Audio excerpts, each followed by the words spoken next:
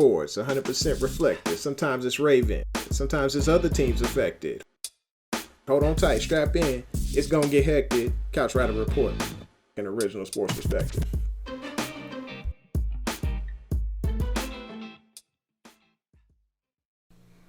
Welcome back to the home of original sports perspective from our couch to yours. This is your host, Jermaine Lockett, and I'm gonna keep it a buck with you. Some of y'all, I think you think payday loans and cash now apps, they're not gonna come and bite you in the butt. But that's why I'm here, folks, to explain to you about the cap with the Baltimore Ravens. And just so you know, I'm putting this disclaimer out there, just because we disagree doesn't mean I don't love you. It just means that I have a different opinion from you. And that's okay. We're allowed to have different opinions, but I'm trying to help you to understand why the Baltimore Ravens haven't signed Julio Jones yet. Hang on. Let me check my phone and make sure that we didn't sign Julio Jones while I'm on the daggone. Yeah, we didn't sign Julio Jones.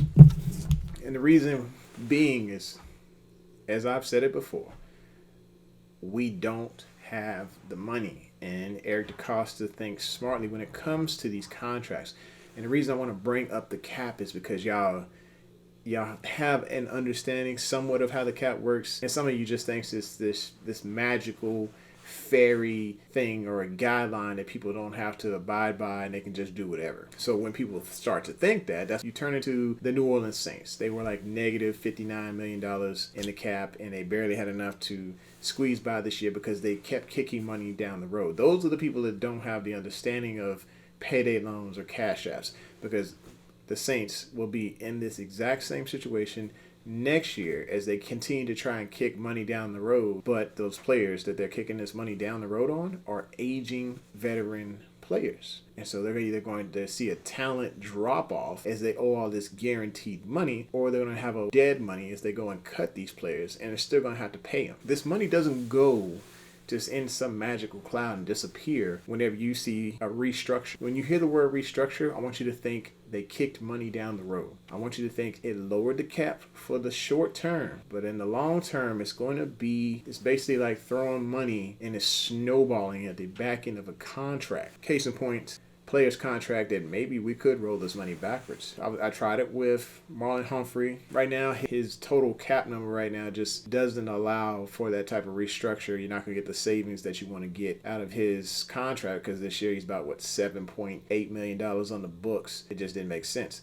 So with Stanley's contract, though, if you roll back that money, you save a little bit of money and have pushed the cap up to about 20 mil, which would leave us enough for the Earl Thomas dispute and Julio's contract should he get traded over. We can get into that some other time. What I want you to see is just the basics. So I want you to see the base salary and prorated bonuses equal a cap hit. And like I said, the cap, it's not capped. The money's real. And if it's guaranteed, you ever hear the word guaranteed, restructure, if you hear the word bonus after it, it's not going away. The thing about signing bonuses or restructuring bonuses, that's guaranteed money, it's been spread throughout the duration of a contract.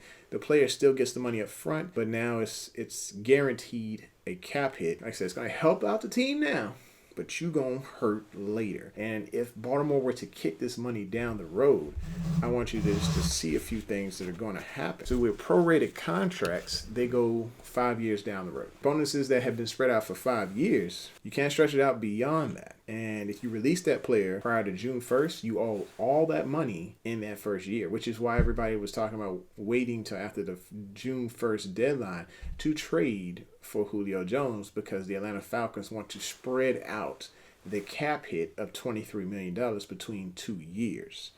With Julio, they knew that they weren't going to just release him because of the $23 million cap hit. It'll be reduced by $7.5 million because that's how the split works. And that 15.5 would go to another team to have to cover that cap for Julio. But let's just say that Julio did some type of restructuring with the Falcons. They're just kicking more money down the road. And then that money would then have to be paid up by the new team. Or when we look at money down the road and how it's going to affect a few players. Well, first of all, we don't have the money to do a big restructure unless it's going to be on Ronnie Stanley. And let me tell you why Ronnie Stanley would be a bad idea. Since Lamar's came into the league, Ronnie Stanley's had ankle injuries. What did he go out for this past season? he had an injury in 2018 against the Atlanta Falcons. Y'all remember, he had an injury. It was an ankle injury. We're paying the guy a big amount of money, and if you restructure that, you're kicking more and more down the road for a player who has shown he had an injury history. Yes, we love Stanley. I'm glad he got the deal.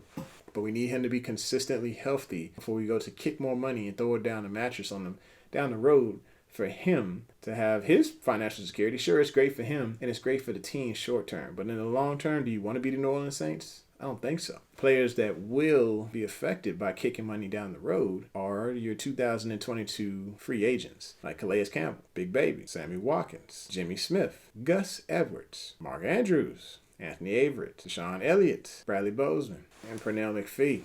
And that's not even counting the big name salaries that you got coming up in 2022 and 2023. So I want you to look at this. You have Lamar Jackson with a $43.5 million salary possible. It's projection. You got Mandrews, $14 million a year. You got Hollywood, $9.5 million a year. I said projection. So just hold off before y'all say, oh, he ain't worth it.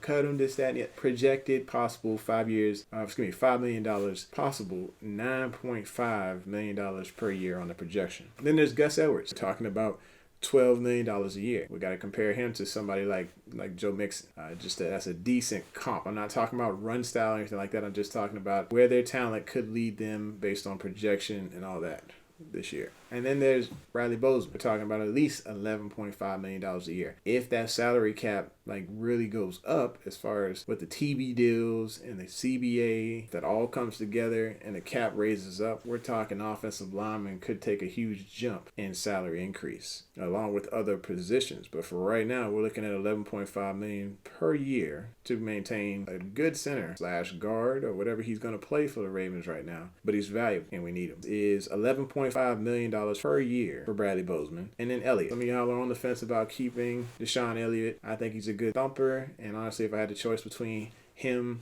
and Clark is that brain for the team as far as being able to, call those plays. But I think it's time for Queen to step it up and be that green dot holder. And Clark, honestly, because the talent level is not matching the brain, and get this guy off a defensive back position as a position coach, consultant, or something along those lines, and have him just take the jersey off. And I'm sorry, it's early in your career, but hey, we could totally use you on the sidelines because you do have that intelligence and you know the playbook. But we need guys on the field that can take chances and make big time plays. And if we got Elliott there, who's still a stumper as far as being able to stop the run, coming downhill, y'all saw him hit.